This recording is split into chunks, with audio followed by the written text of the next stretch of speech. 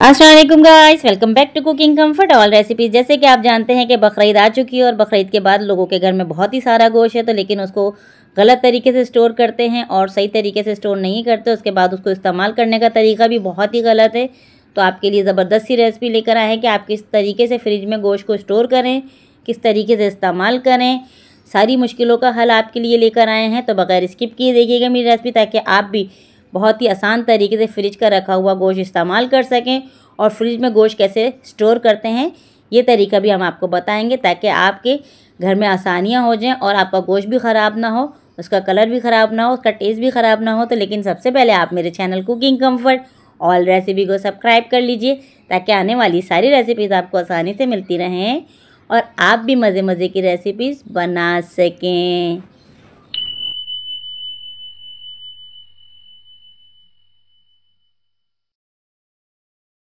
अब हम आपको रेसिपी की तरफ लेके चलते हैं। बिस्मिल्लाहिर्रहमानिर्रहीम। बकरीद का गोश्त सभी के घर में बहुत है, रातों कुर्बानी हुई है या उनके आस पड़ोस या रिश्तेदारों के से आ ही चुका है, तो उसको कैसे स्टोर करते हैं, कैसे ज़बरदस्त तरीका हम आपसे बताएंगे इस रेसिपी में। तो बगैर स्किप किए देखिएगा, ताकि आप बहुत ही अच्छी तरीके से फ्रिज में गोश्त को स्टोर कर सकें। और कैसे इस्तेमाल करते हैं फ्रिज का गोश्त ये भी हम आपको बताएँगे। देखिए, हमने सबसे पहले जो भी गोश्त आया है इसको हमने बहुत अच्छा सा हवा में बड़े बर्तन में निकाल के रख दिया। आप किसी प्लास्टिक को बिछा लें और उस पर सारा गोश्त डाल दीजिए और इस तरीके से हवा में रख लीजिए। देखें, बकरे का गोश्त हम अलग रखेंगे और गाय का गोश्त अलग रखेंगे, हड्डियां अलग रखेंगे, बोंग अलग रखेंगे। जो भी हमारे पास गोश्त आया हम उसको अच्छी तरीके से सारा फैला देंगे और 1 घंटे के लिए इसको हवा में रखेंगे, ताकि इसमें से जो भी पानी या खून वगैरह है वो खुशक हो जाए। कभी भी आपको गोश्त को सेव करना है बकरीद के, तो उसको धोना नहीं है, उसको पानी में भिगाना नहीं है। बहुत ज़्यादा धो के आप सेफ़ नहीं कीजिएगा, इस तरह गोश्त का टेस्ट भी ख़राब हो जाता है और वो अकड़ जाता है और वो मज़ेदार सा पकता नहीं है। अब देखें, 1 घंटे के बाद हमने गोश्त को खुला रखा था, इसमें कहीं भी खून पानी नहीं है, हमारे हाथ में कहीं भी नहीं लग रहा। और इस तरीके की हम थैलियाँ लेंगे, इसमें स्टोर करेंगे। अगर आपके पास डिस्पोजल बैग हैं या जिप लॉक बैग हैं या आपके पास डिस्पोजल बॉक्स हैं, तो उसमें भी आप सेव कर सकते हैं। लेकिन ये वाली थैली बहुत अच्छी रहती है, हमारे यहाँ काफ़ी इस्तेमाल में आती है, क्योंकि हमारे यहाँ जब हम शॉपिंग करते हैं तो उसमें कपड़े वगैरह आते हैं। तो ये वाली थैलियाँ आप संभाल के रख लें। इसमें अगर आप गोश्त रखेंगे तो बिल्कुल भी इसमें से पानी लीक नहीं होगा, चाहे बर्फ़ का भी होगा या गोश्त का भी होगा। तो इस तरह, और गोश्त इसमें से बहुत आसानी से निकल जाता है। ये थैली गोश्त पे चिपकती नहीं है, बहुत जल्दी से निकल जाती है, क्योंकि ये अकड़ी अकड़ी हुई थैली होती है, थोड़ी कड़क कड़क। तो इसमें गोश्त ज़रूर रखा करें। देखिए, हम हड्डी वाला गोश्त एक तरफ रख रहे हैं और ये वो हड्डियाँ हैं, इसमें गोश्त भी बहुत ज़्यादा है। आप चाहें तो इससे पुलाव बना सकते हैं, या हड्डी का सालन वाला जो शोरबे वाला सालन होता है हड्डियों का, वो रख कर सकते हैं, या पाए में भी डाल सकते हैं। तो इस तरीके से हड्डियों को हम अलग सेव करेंगे और ये वाली थैली ज़रूर यूज़ कीजिएगा। इस तरीके से आपकी थैली जो है ना गोश्त को पकड़ती नहीं है और जल्दी से आपका गोश्त निकल जाता है और सेव भी हो जाता है। और आपको चाहिए कि अगर थैली में रख रहे हैं तो आप ऊपर नाम लिख दीजिए कि ये वो वाला गोश्त है, तो आपको ज़्यादा टेंशन नहीं होगी। और फ्रिज में रखते टाइम कोई जाली वगैरह रख लीजिए, कोई स्टेनर, ताकि उसमें आप इसको थैलियों को रख लें एक के ऊपर एक, तो ये आपस में चिपकेंगी भी नहीं। अब देखिए, हम गोश्त को अलग रख रहे हैं और गोश्त को हमने ऐसी ही थैली के अंदर डाला है। और हम जो हमारे पास बोंग का गोश्त है इसको हम अलग रखेंगे निहारी के लिए, बकरे का गोश्त अलग रखेंगे। आप सारी थैलियों पे नाम लिख लीजिए कि ये इसका गोश्त है, ये उसका गोश्त है, ये बकरे का गोश्त है, ये दुम्बे का गोश्त है, ये गाय का गोश्त है, या जो भी आपको रखना है। या आपको निहारी का गोश्त अलग रखना है, टिक्के का अलग रखना है, बारबेक्यू का, तो आप इस तरीके से इन थैलियों में सेव करेंगे। तो ये थैलियाँ आपस में चिपकती भी नहीं हैं और गोश्त को भी नहीं चिपकती। और अगर आप धोएंगे नहीं तो आपका गोश्त भी नहीं चिपकेगा और बहुत जल्दी से आपका गोश्त निकल भी जाएगा। बहुत ही आसान रेसिपी है।